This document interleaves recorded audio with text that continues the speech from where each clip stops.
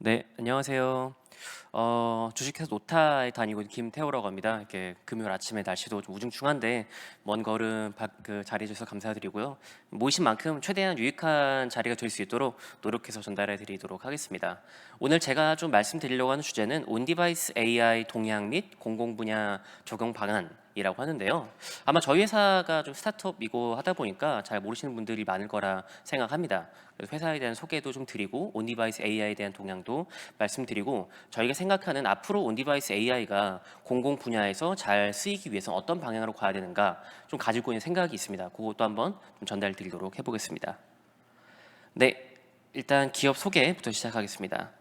저희 회사는 이제 한 10년 차 정도 되는 회사입니다. 2015년도 카이스트에서 박사과정 때 창업을 한 회사고요. 뭐 다양한 우여곡절이 있었지만 지금은 온디바이스 AI 그리고 AI 경량화, 최적화 이 기술을 필두로 해가지고 사업을 하는 회사입니다. 그래서 최근에 뭐 시리즈 C 펀딩까지 마치고 국내에서는 이제 삼성, LG, 네이버, 카카오 네 개의 전략 투자를 낀 기술력으로 인정을 받고 있다. 좀 말씀을 드릴 수 있는 기업이라고 할 수 있겠습니다. 현재 저희는 북미, 유럽에 이렇게 지사를 두고 좀 글로벌 영업을 저희가 많이 영위를 하려고 하고 있고요. 전체적으로 한 100분 정도 같이 함께 하고 있는 기업입니다. 이제 저희 회사가 이제 잘 모르실 수 있다 보니까 어느 정도의 좀 인지도가 있는 회사인지 좀 몇 가지를 말씀드리는 게 필요할까 생각이 들었어요. 왼쪽에 있는 거는 이제 가트너라고 하는 그 리서치 그 기관 아마 잘 아실 거라 생각합니다. 그 기관에서 24년도에 가장 중요한 이제 키워드들을 뽑아가지고 임팩트 레이더라는 걸 만듭니다. 이제 그 임팩트 레이더를 보시면은 중간 가운데로 갈수록 중요해지는 기술이라고 볼 수 있는데 AI 모델 컴프레션, Gen AI for Edge AI 뭐 LLM, 타이니 ML 뭐 이런 같은 거 아니더라도 아마 여러분들께서 다양한 매체들을 통해서 온디버스 AI, LLM 이런 게 굉장히 중요하다라는 걸 아마 많이 체감하고 계시지 않을까 싶습니다. 그런 와중에 이제 LLM 옵스 맵이라고 해서 CB 인사이트라고 하는 또 굉장히 유명한 리서치 기관에서 이제 전 세계적으로 LLM으로 굉장히 활동을 잘 하고 있는 회사들을 모아가지고 이렇게 맵을 이렇게 발표한 적이 있었는데요. 뭐 저희가 알려드리지 않긴 했는데 되게 감사하게도 저희 이렇게 넣어 주셔가지고 하드웨어, 어웨어, AI 옵티마이제이션 섹터에 저희를 이렇게 포함시켜서 발표를 해주시기도 했었습니다. 뭐 이 외에도 뭐 허깅 페이스 쪽에 저희 모델이 계속 그 스페이스 오브 더 위크 실려가지고 많은 그 글로벌 리서처분들께 이제 소개가 된 적도 있기도 하고 뭐 엔비디아에서 주최하는 그런 챌린지에 나가서 수상을 하고 TVPR을 발표하는 등 매년에 뭐 탑티어 컨퍼런스 이런 거는 굉장히 많이 나가고 있습니다. 그래서 이런 기술력을 굉장히 잘 가지고 있고 그리고 이런 뭐 과기정통부에서 주최하는 이제 그런 챌린지에서 1등을 하는 등 굉장히 다양한 수상 실적을 올리고 있어서 대외적으로 열심히 좀 일을 하고 있다. 라고 정도 좀 갈무리 해보겠습니다. 그래서 전반적인 동향을 좀 먼저 말씀드려 볼까 합니다. 그래서 지금까지 온디바이스 AI 쪽으로 쭉 말씀드리고 있는데요. 이제 엣지에서 관련된 AI가 공공도 그렇고 민관도 그렇고 이미 많은 시도들을 해오고 있습니다. 이제 특히 공공 쪽에서는 죄송합니다. 공공 쪽에서는 이런 그 CCTV 뷰에서 이런 다양한 범죄라던가 인파 밀집이라던가 아니면 교통량 측정이라던가 이런 CCTV에서 일어날 수 있는 다양한 모니터링을 AI로 하고 계시고 이미 이런 거는 뭐 한 4년에서 5년 정도 걸쳐가지고 다양한 정부 사업이나 민간 설치 등을 통해 가지고 좀 시행되고 있는 사업의 영역이라고 좀 생각이 됩니다. 비슷하게 민간 기업 쪽에서는 이런 CCTV나 이런 어떤 그 보안 쪽에서의 뷰포인트가 아니라 조금 더 그 랩탑 혹은 모바일 폰 이런 데 들어가는 온디바이스 AI에 집중하고 있는 게 약간의 좀 차이점인 것 같습니다. 뭐 중간에 물론 교집합은 있겠습니다만 그래서 서로가 바라보고 있는 어떤 탑재되는 기기가 약간 차이가 있다라는 생각이 좀 드는 것 같습니다. 그래서 이런 AI가 이런 그래프 아마 보셨을지 모르겠습니다. AI가 굉장히 핫하잖아요. LLM도 굉장히 많이 핫하고 근데 이렇게 AI가 핫한 이유는 결국에는 우리가 예상치 못한 좋은 성능을 내고 있고 예상치 못한 능력을 보유하고 있기 때문에 그런 거지 않겠습니까? 근데 이런 좋은 성능을 내는 데 있어서 배경에는 이 AI 모델의 크기가 굉장히 같이 커져갔다라는 데 있습니다.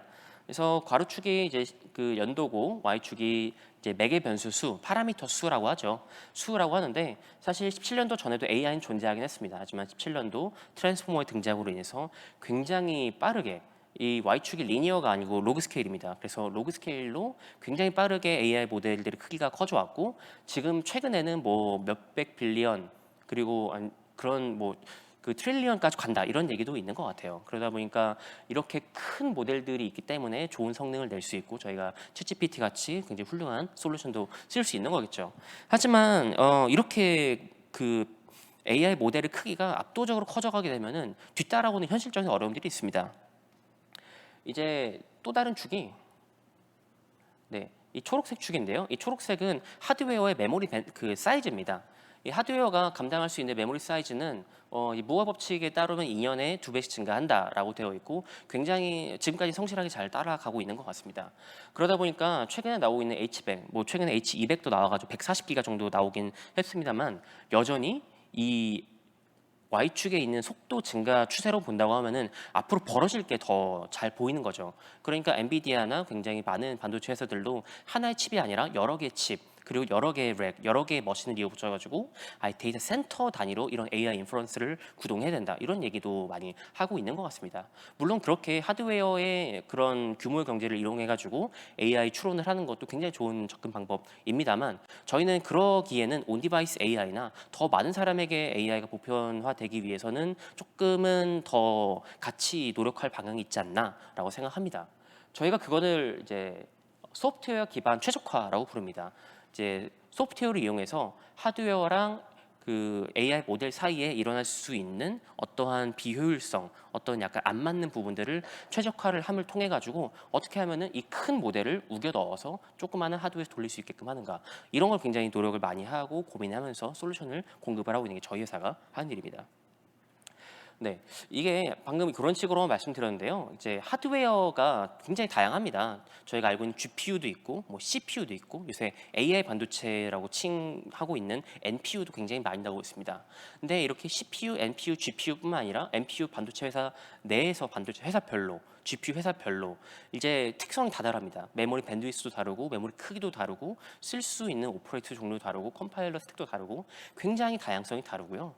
근데 반면에 AI 모델은 하드웨어 하시는 분들이 만들기보다는 좀 더 리서치 쪽에서 많이 나오고 있기 마련이거든요. 그렇기 때문에 이 두 진영 사이에 갭이 항상 존재합니다. AI 모델을 만드신 입장에서 이 하드웨어에서 잘 돌아가는 AI 모델을 만들어야겠다라는 생각보다는 어떻게 하면 고성능의 AI 모델을 만들까만 고민하기 마련이거든요. 그래서 AI 모델이 나오고 난 후라도 지금 라마 같은 모델을 메타에서 이제 굉장히 오픈 그 진영에 잘 풀어주고 계신데, 그런 라마 모델이 나왔다 하더라도 이제 각자의 하드웨어에 올리실 때 굉장히 많은 어려움들을 겪고 계세요. 그래서 그런 어려움들을 저희가 좀 도움을 드리고 있습니다. 저희는 그 도움을 드리고 있는 방식이 이 네츠프레소라고 불리는 플랫폼을 공급해 드리는 방식으로 해결하고 있습니다. 네츠프레소가 뭔지는 뒤에서 조금 더 설명드리긴 할 텐데, 한마디로 표현을 하면은 이제 AI 모델을 하드웨어에 올릴 때 발생하는 어려움들을 해결해 줄 수 있는 도구라고 좀 칭할 수 있을 것 같습니다.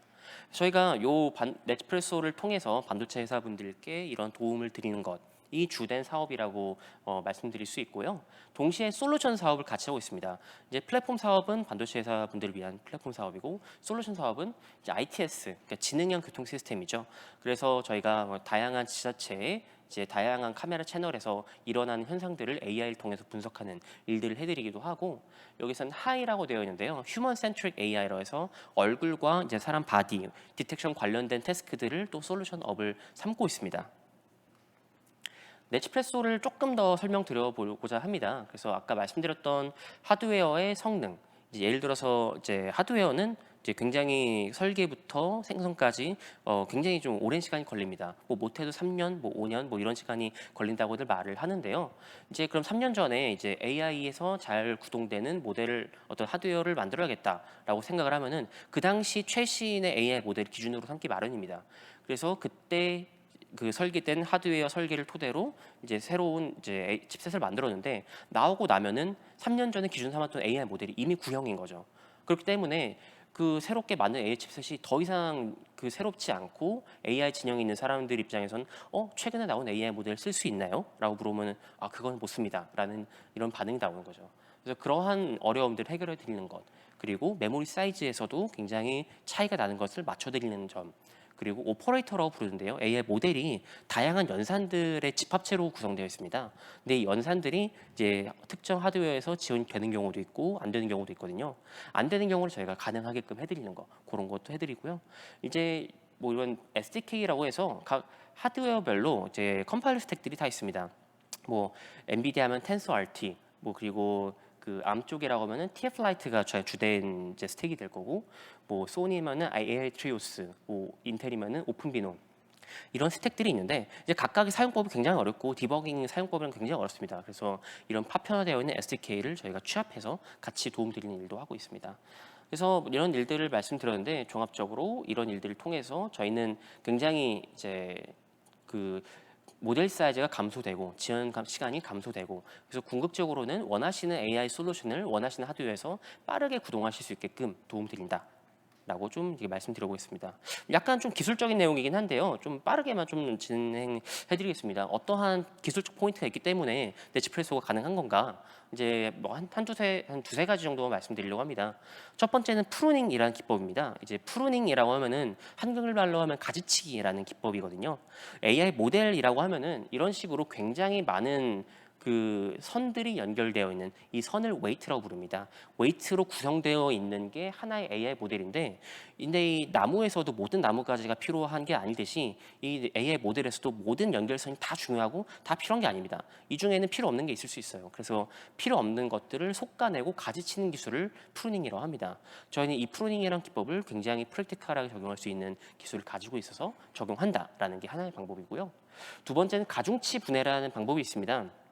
그래서 요 선들이 있는데 결국에는 이 선들을 한 연산을 바꿔 말하면은 행렬 곱셈으로 볼 수도 있습니다. 근데 이 행렬 곱셈이라는 게 굉장히 전통적인 분야에서 어떻게 하면 행렬 곱셈을 조금 더 효율적으로 계산할 것인가는 많이 연구가 되어 온 분야입니다. 그런 관점에서 행렬 곱셈을 큰 거를 조그만 거 여러 개로 쪼개는 것도 가능하거든요. 그래서 그런 식으로 행렬 곱셈을 쪼개서 계산하는 방식을 저희는 가중치 분해 기법이라고 부르고, 이런 기법도 적용을 하고 있습니다.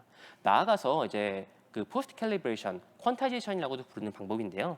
이제 각 하드웨어에서는 이제 구동할 수 있는 이제 그 뭐랄까요? 변수의 타입이 있습니다. 변수의 타입이라고 좀 그렇고, 수를 표현하는 그 약간 방식이 있는데, 수를 표현할 때 플로팅 포인트로 표현할 수도 있고 인티저로 표현할 수도 있을 텐데, 이제 보통은 인티저로 표현하는 게 훨씬 더 연산수가 적습니다. 왜냐하면 이 뒤에 있는 32 이제 8인데 32개의 비트를 이용해 가지고 수를 표현할 거냐, 아니면 8개의 비트를 이용해서 수를 표현할 거냐 하면 후자가 더 적은 비트이기 때문에 메모리도 덜 쓰고 연산도 빨라질 수 있는 거죠. 이런 기법들을 저희는 적용을 하고 있습니다. 네, 나아가서 이제 하드웨어마다 특징이 다르다고 말씀드렸는데, 이제 CPU, GPU에 대해서는 아마 많이 들어보셨을 겁니다. CPU 같은 경우에는 조금 더 직렬 연산, 그러니까 하나 하고 그 다음 거 그 다음에 하고 이렇게 순차적으로 하는 게 CPU라고 한다면은, GPU는 병렬화해가지고 한 번에 굉장히 큰 덩어리 단위로 하는 게 GPU에서 하는 일이거든요. 근데 그러다 보니까 그 AI 모델도 이렇게 병렬 연산할 수 있게끔 모델이 구성되어야지만 GPU에서 잘 되는 거고, 직렬 연산에서 이렇게 되어야지만 직렬 연산 CPU에서 이런 겁니다. 그래서 그런 식의 CPU나 GPU에서의 특성을 잘 활용해서 AI 모델을 변형하는 것, 이런 것을 저희가 좀 특화해서 뭐 암이나 굉장히 많은 이제 회사랑 저희가 케이스를 만들었습니다. 네, 그런 거를 기술을 다 집약해가지고 만든 게 네치프레소고, 이제 트레이너, 컴프레서, 컨버터, 벤치마크라고 하는데, 뭐 더 디테일한 내용은 오늘 자리는 조금 더 하이 레벨에서 말씀드리다 보니까 말씀드리지 않고, 이런 모듈들을 통해서 지원하고 있다 정도까지만 전달드리도록 하겠습니다. 네, 몇 가지 사례들을 위주로 한번 말씀드려볼까 합니다. 이제 그 예전에는 방금 슬라이드까지 네치프레소를 이용해서 했던 사례들이었는데요. 이제 요거는 솔루션 사례 쪽으로 좀 넘어가야 될 것 같습니다. 그 네치프레소를 이용해서 저희가 AI 모델을 굉장히 잘 생성할 수 있고, 만들어진 AI 모델을 이용해서 솔루션을 만드는 건 굉장히 용이한데요. 저희가 이런 사업들 굉장히 많습니다. 그리고 이런 태스크하는 회사들도 굉장히 많이 있고요. 뭐 침입 검출, 뭐 화재 검출, 뭐 출입 통제, 쓰러짐 감지, 뭐 안전모 착용 검사, 저희도 비슷한 일들을 하고 있고, 근데 저희가 가지고 있는 특장점이라고 한다면은 훨씬 더 작은 AI 디바이스에서도 높은 성능과 높은 속도를 지니게끔 이런 AI 모델을 만들 수 있다라는 게 특징입니다. 그래서 이런 일들을 하면서 저희가 솔루션들을 공급을 하고 있는데요. 네, 방금 말씀드렸던 것처럼 차별점으로는 훨씬 더 낮은 이제 낮은 비용으로 저희가 솔루션을 공급할 수 있다라는 것입니다. 이제 저희가 ITS 사업을 하고 있어요. ITS가 아까 말씀드렸듯 지능형 교통 시스템인데 저희가 그 애저라고 하는 MS 이제 클라우드 서비스입니다. 그쪽에서 V백이라고 하는 GPU를 쓴 고객이 우리가 그 애저에다가 매월 굉장히 많은 돈을 쓰고 있다. 근데 클라우드 코스트를 낮추고 싶다라고 해서 저희가 T4라고 훨씬 더 저렴한 디바이스에서 비슷한 성능을 내게끔 하는 대로 모델을 경량화시켰어요. 그래서 인스턴스 타입을 낮추게 되니까 비용을 절감을 한 85% 정도 절감할 수 있었고 이러한 비용 절감 케이스를 위주로 해서 ITS를 구축할 때라도 저희가 센터를 구축할 때 훨씬 더 적은 수의 GPU로 훨씬 더 많은 카메라를 커버할 수 있습니다. 이런 방식으로 저희가 셀링을 하게 됩니다. 이런 방식으로 저희가 이미 많은 이제 지자체들과 좀 사업을 하게 될 수 있는 근간이 되는 것 같습니다. 그래서 저희가 현재 대전에는 600채널로 나와 있는데 최근에 늘어서 한 800채널, 한 200개 교차로 정도 저희가 커버하고 있습니다. 그래서 대전시 그 이런 교통량 모니터링하는 쪽에 들어가서 이제 실시간으로 지금 차가 어느 정도 많이 몰려 있고 어디에서 정체가 일어나고 있고 이런 솔루션 분석을 저희가 함께 해드리고 있습니다. 네, 나아가서는 스마트 파킹 솔루션인데 요거는 저희가 샌디에고 쪽이랑 그다음 밀턴 케인스 쪽에서 했던 케이스입니다. 그래서 각 지역별로 이제 차량 될 수 있는 슬롯들이 있고 여기 차가 차 있으면은 빨갛게 차가 없으면은 초록게 해가지고 이게 그 모니터링할 수 있는 솔루션도 저희가 POC로 공급했던 사례가 되겠습니다.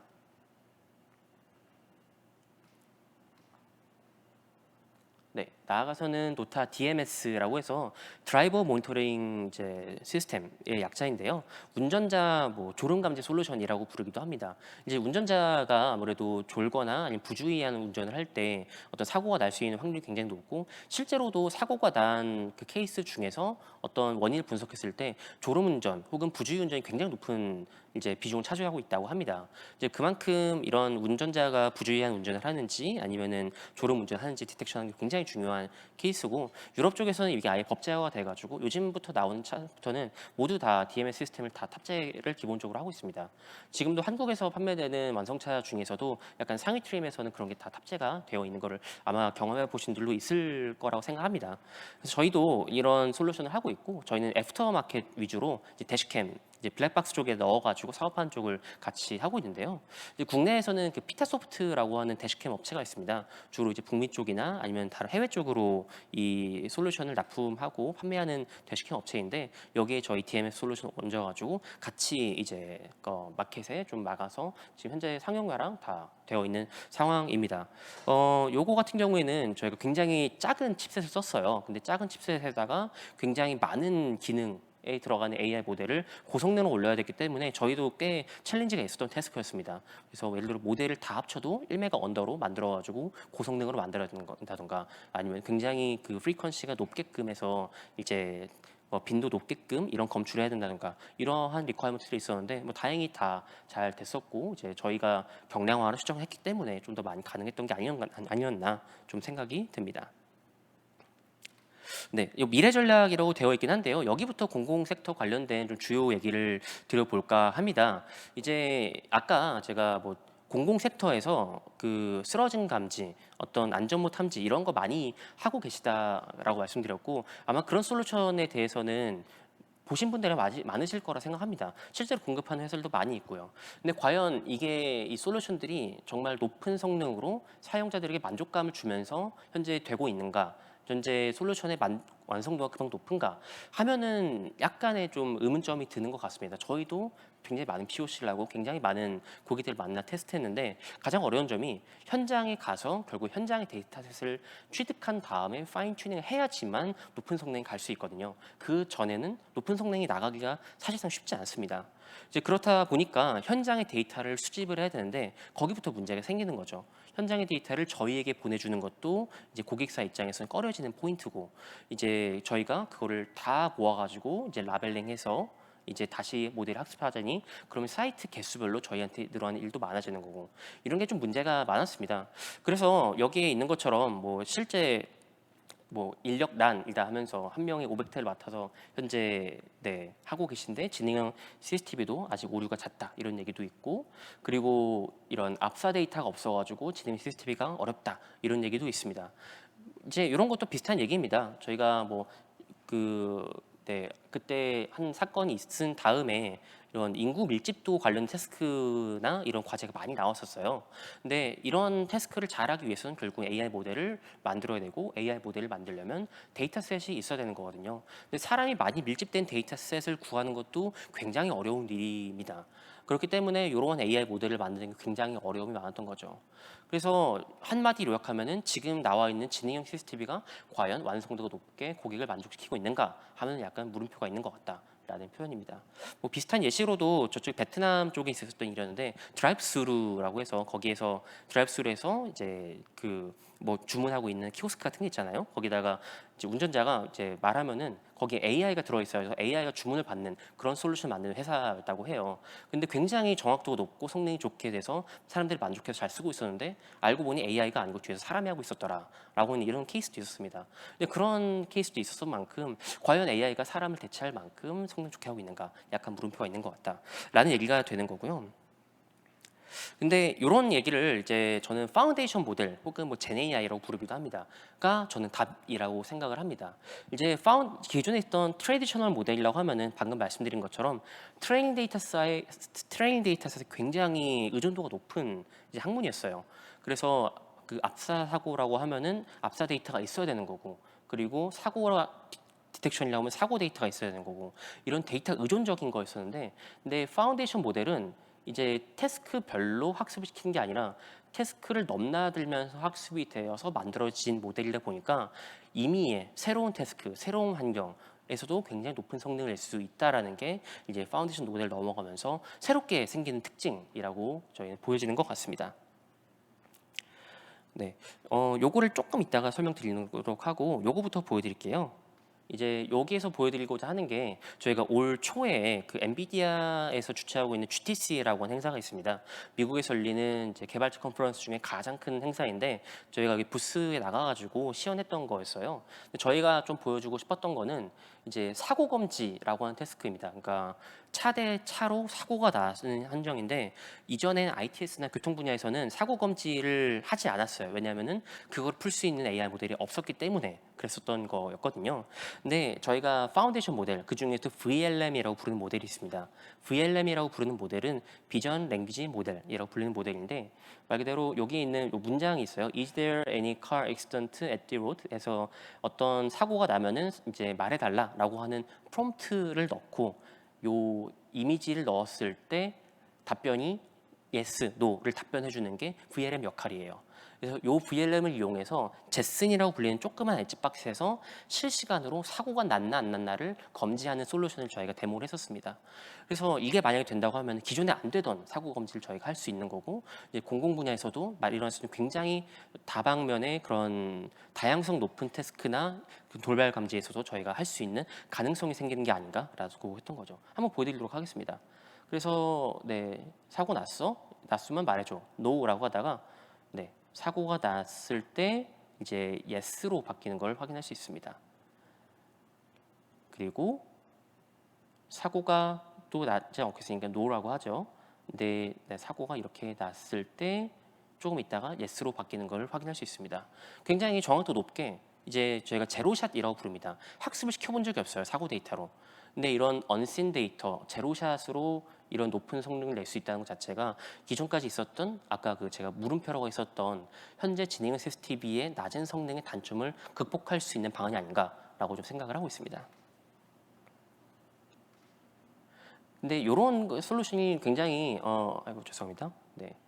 성능이 좋고 이제 가능성이 있다라고 저희는 보여지고 있는데, 단점이 하나 있습니다. 뭐냐면은 굉장히 아직 무거워요. 저희가 챗GPT를 핸드폰에서 돌린다고 상상하면 아직은 어려운 일일 거지 않습니까? 비슷하게 VLM이라고 하는 모델이 굉장히 크기 때문에 조그만한 이 디바이스에서 실시간 구동을 위해서는 굉장히 많은 최적화가 필요합니다. 실제로 이것도 제가 제슨이라고 하는 디바이스에 돌렸다고 하는데 그거 하나에 300만 원 정도 해요. 근데 저희가 깔리는 카메라가 있는데 카메라 개수 곱하기 300만 원 하면은 너무 비싼 이제 코스트가 드는 마켓이 되는 거죠. 그렇기 때문에 하나의 제슨에서 여러 개의 채널을 좀 처리할 수 있도록 최적화도 필요하고 속도 측면에서 최적화가 필요하고 많이 필요합니다.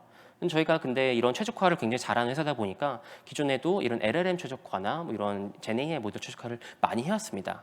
이런 최적화 기법을 저희가 좀 접목을 시켜서 최근에는 16채널까지도 많이 확장을 시켰어요. 그래서 제슨이라는 그 디바이스에서 16채널을 동시에 인프런스하는 게 가능하고, 근데 더더욱 많이 늘려나갈 예정입니다. 이렇게 되면은 공공 섹터에서 있는 많은 카메라를 더 적은 수의 하드웨어로 커버해서 일어나는 돌발 현상을 이제 굉장히 고정확도로 저희가 맞출 수 있게끔 되는 게 저희가 바라보는 방향성입니다. 네, 그래서 이제 비슷한 얘기입니다. 이제 공사 현장에서 이제 그 특정 이제 인부분들이 어떤 이런 PPE라고 해서 보호 장비를 입고 있나 안 입고 있나, 아니면 안전 수칙을 지키고 있나 안 지키고 있나 굉장히 중요하게 봐야 되는 거거든요. 이제 중대재해처벌법 등에 통해 가지고 이제 그런 법들을 지키지 않았을 때 공장주에도 굉장히 큰 페널티가 나고 전반적으로 이제 인명사고 연결될 수 있는 굉장히 좀 크리티컬한 분야인데, 이런 분야에 있어서도 저희가 AI가 사전에 검지를 해줬으면 굉장히 좋다, 이런 문제의식은 다 있었고, 하지만 진행 시스템에는 완성도 높게 지금까지는 이거를 완결을 짓지 못했다고 생각합니다. 저희는 이런 파운데이션 모델, 그 초거대 규모 AI 모델을 작게 만들어서 이런 디바이스에서 구동 가능하게 해서 결국에는 산업 현장이나 아니면은 어떤 보안이나 그런 측면에서 굉장히 그 완결성 있고 완성도 높은 제품을 만들고자 하는 게 저희 방향이고, 이제 공공 섹터에서 필요한 일이 아닐까라는 좀 제언을 드리고자 이런 자료를 준비해 봤습니다. 네, 제가 발표한 준비는 여기까지고요.